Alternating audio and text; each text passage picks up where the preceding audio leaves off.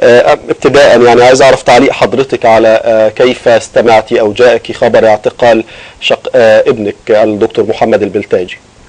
اولا احيي اسره قناه الجزيره واحيي كل من استمع من قناه الجزيره المحترمين. اولا قبل ما اتحدث معاك في اي شيء اعزي نفسي واعزي كل من اعزي نفسي في حفيدتي واعزي من كل من نال الشرف زي حفيدتي.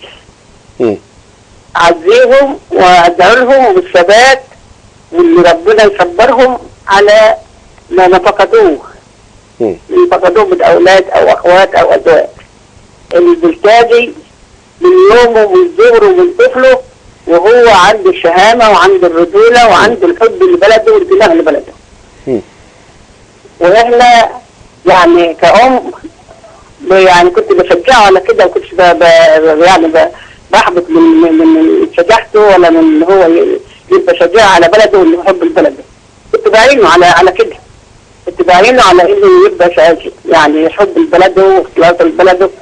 وبعدين يعني البلتاجي ضحى يابا بما يملك، ضحى بعيادته وضحى بولاده اللي كان بيسيبهم ما بيشوفهمش من كام يوم، وضحى بمركزه، وضحى كان يعني معروض ان هو ما كان في مجلس الشعب كان يقدر عنده فرصه ان هو ياخد سيادات كبيره في الحكومه.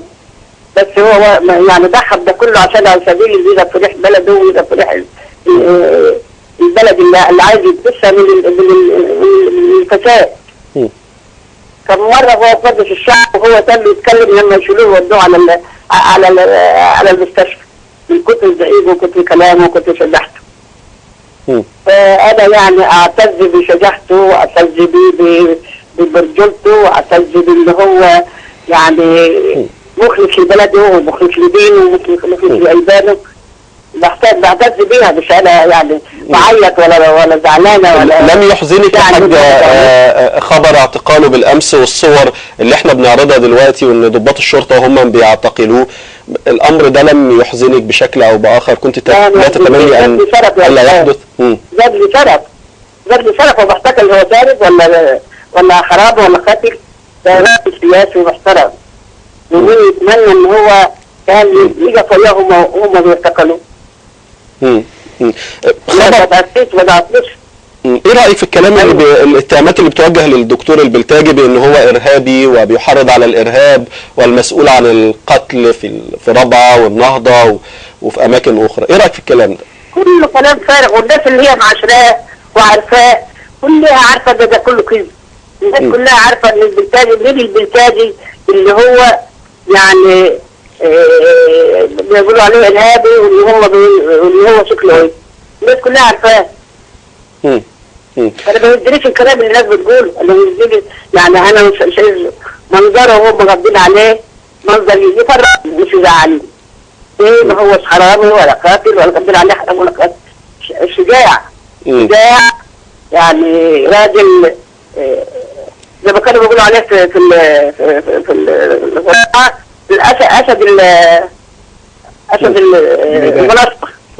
لما يجي يطلع ويقول لك اسد المنصه هيتكلم. فعلا اسد المنصه. استقبلت ازاي خبر استشهاد حفيدتك اسماء؟ بالتاكيد كان خبر صعب عليكي. صعب عليا، بس انا يعني الحمد لله راحت شهيدي، نتمنى ان كنا نقدر نروح الشهداء وياه. صعب علينا صحيح وصعب يعني على الكل، بس راحت شهيده وراحت معززه وكده، وكنا نتمنى ان احنا كنا نروح الشهداء احضر كلمه وياه. لو عادت بينا برضه يعني نعم لو عادت بينا الايام يا حاجه كنت تمنعي ابنك من ان هو ينخرط في عمل سياسي او يعمل ضمن جماعه الاخوان المسلمين؟ ابدا والله يا استاذ. والله ابدا. انا هقول لك على حاجه واحده. اتفضلي يا حاجه. والله واحد اتصل بيا، واحد كبير يعني رتبه كبيره، وقالت لي ان احنا مستعدين نخرجوا البلتاجي من الدوله ويسيبوا من الناس دي كلها وهنخرجوه لوحده بطوله من الدوله يطلع لوحده. رديت عليه قلت له ابني لو عمل كده هتبرق منه. ويبقى خايف. انتوا لو عرفتوا على ابني الكلام ده وفكوا وعمل كده هتبرع منه كأم واحطه في نظري خايف. خلي بلده وخلي اخوانه. احنا يا استاذ ناس يعني مؤمنين بالله وعارفين يعني ان هو ابني اتأسس من صغره وهو في الابتدائي. اتأسس على الدين والقرآن وتربى في الازهر واللي هم كان بيطلع الاوائل وهو في الجامعه كان يقابله بتاع الامن يعني هم من يومه مش من دلوقتي يقابله بتاع الامن يقول له طب اتلفت واطلع من الاوائل وبقابلني لو تعينت. والله يا ابني ده حاجات بيحصل. بتاع الامن كان يقابله وفي الساعه بتاعت الجامعه ويقول له طب اتلفت واطلع من الاوائل. وبقابلني اللي تعينت في الجامعه. وفعلا ان هو طلع من الاوائل من الجامعه وعينوا اللي هو بعده وما عينوش. ايه رايك؟ انا زعلان يا عيني زعلان خالص. ازاي يا ماما ازاي زعلان ليه؟ ازاي يا بابا يضرب شهودي واللي بعده يتعين وانا ما اتعينش؟ قلت اتقى لله ارفع لهم قضيه وسيبهم وروح يا ابني ايه؟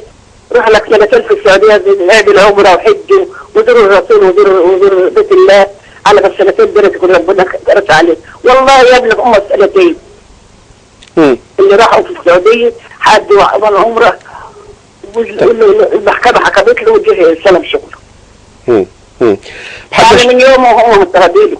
كان في الجامعه كان ماسك رئيس اتحاد الطلبه وعمل ندوه دينيه جاب فيها الشيخ الكرداوي يا ابن الله. مسكوه نهارها حدوا له اللجوه تحت الندوه اللي عاملينها كرشوه وجابوا الصبح عاملين نشره في الجرنان ان انفصل محمد البلتاجي من الجامعه ومن السكن بتاع الجامعه والكرز بره. ومثلا انا في الجرنان الناس جايه الاخوات اللي من الجرنان اخوكم بيقولوا الكرش بالجامعه والكرش بالسكن. لا ازاي؟ ثاني يوم ترى صاحت الصبح في الشارع كلها واقفه ما بدهاش تخش الجامعه. ثاني يوم لغناهم يرد محمد البلتاجي السكن ويرد الجامعه. يعني مش من دلوقتي بيحاربوه. طيب يا حاجه اخر مره اتصل بيكي ابنك الدكتور البلتاجي كان امتى وقال لك ايه؟ انا بالنهار يا حبيبي بقبضوا عليه ما تتصلش بيه ولا على حاجه. كنت بتصل بيه وهو في رابعه كل ليله لازم اطمن عليه. كنت بشوف الصحه بيطلع على بتاع القناه ويتكلم وكده وبطمن ده ما كنتش اطمن عليه الا بكلمه كل ليله لازم قبل ما انام لازم اكون مطمن عليه ومكلماه. نعم النهار يا حبيبي والله ما خش ما يبقاش بالرابعه لا نعرف عنه حاجه ولا اسمع عنه حاجه. اثناء فتره ما كنت بتكلميه اعتصام رابعه كان ايه اللي بيقوله لك اثناء اتصاله بيكي؟ نعم. كان ايه اللي بيقوله لك لما كان بيتصل بيكي اثناء اعتصام رابعه العدويه؟ انا كنت اتصل بيه عامل ايه يا محمد؟ الحمد لله يا ماما انت كويسين؟ يقول الحمد لله. خلاص انا عايز ايه؟ عايز اشوف اطمن عنه كويس وخلاص. هتزوريه يا حاجه؟ قدمتوا طلب لزيارته؟ نعم. قدمتوا طلب لزيارته يا حاجه ولا لسه؟ قدمتوا طلب لزيارته في السجن يعني؟ لا لسه مش لسه ربنا اليوم اللبس لسه ما ردتش طلب لزيارته. ايه رايك في اللي بيحصل عموما في مصر يا حاجه؟ نعم. ايه رايك عموما في اللي بيحصل دلوقتي؟ والله اللي بيحصل يا ابني كله ما يرضاش ربنا. ما يرضاش ربنا ولا يرضى اليهودي. انا كل ما اتكلم اقول ده اليهود ما عملوش كده في فلسطين. اليهود لما كانوا بيضربوا فلسطين ما عملوش اللي بيعملوه الحكومه بتاعتنا في الشعب بتاعها. حاجه مؤسفه يا ابني والله حاجه مؤسفه. حاجه يعني مؤسفه. بدات الدول ذات نفسها بتستغرب على اللي بيعملوه المصريين في بعضهم. حاجه لو انا مره في الاول اول ما راح رابعه بقول له يا محمد يا ابني انا خايفه عليك. انا خايفه عليك. قال لي يا بابا خايفه عليا ليه؟ هموت مش احسن من اللي مات.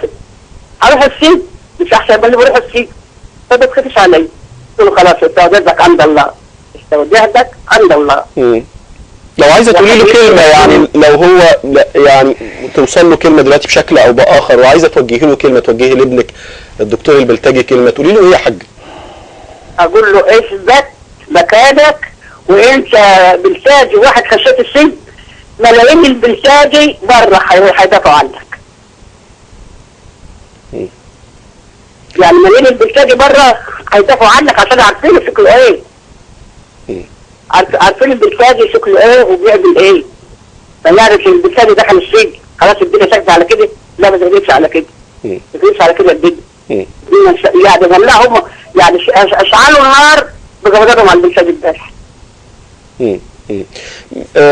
كلمتيه بعد خبر استشهاد بنته اسماء، كلمتيه ولا ما عرفتيش تكلميه؟ ايوه كلمتيه يا حاجه، كلمتي ابنك محمد البلتاجي بعد خبر استشهاد بنته؟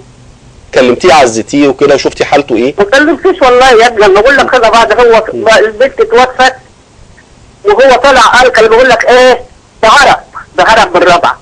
اذا كان هو القى خطاب بعد البنت ما توفت وقال انا ذات نفسي بنتي اتوفت. يعني طلع بعد البنت ما توفت استشهدت طلع القى خطاب. بقت الناس مستغربه معقوله دي اللي بنته ماتت طلع يتكلم الكلام ده؟ راجل عنده ايمان، راجل عنده ايمان ومؤمن بالله.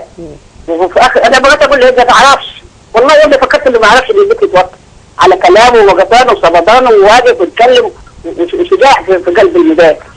اللي هو ما يعرفش ان البنت اتوفت ولا ايه. في الاخر اخر حاجه خالص قال انا ذات نفسي بنت استشهدت. انا ذات نفسي بنت استشهدت.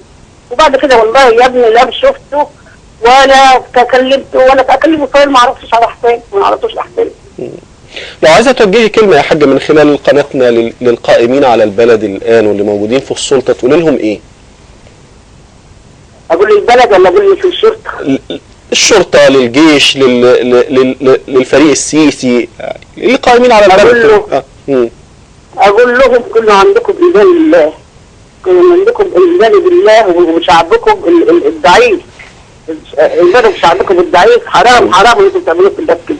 حرام يا ابني. ده انت ما تعرفش البيت على طول كل ليله عمالين يتبدوا على الناس بالمشي والسكه بيتبدوا عليهم وصاحبهم بالنوم يتبدوا عليهم. ايه والله احنا ما شفنا كده خالص يا ابني. انا عندي 80 سنه ما شفتش الوضع ده ابدا. عندي 80 سنه دلوقتي ما شفتش الوضع ده ابدا يا ابني في مصر. والله لا شفت الوضع ده لحد ما بقول دلوقتي ايه. وانا ربنا مديني العمر ده كله عشان اشوف اللي جرى في البلد كده. يعني اللي جرى في البلد كده يعني يحصل فيه. مصر طول عمرها عايشه في امان وعايشه في حياه. مهما كان حتى امام مبارك ما كانش كده.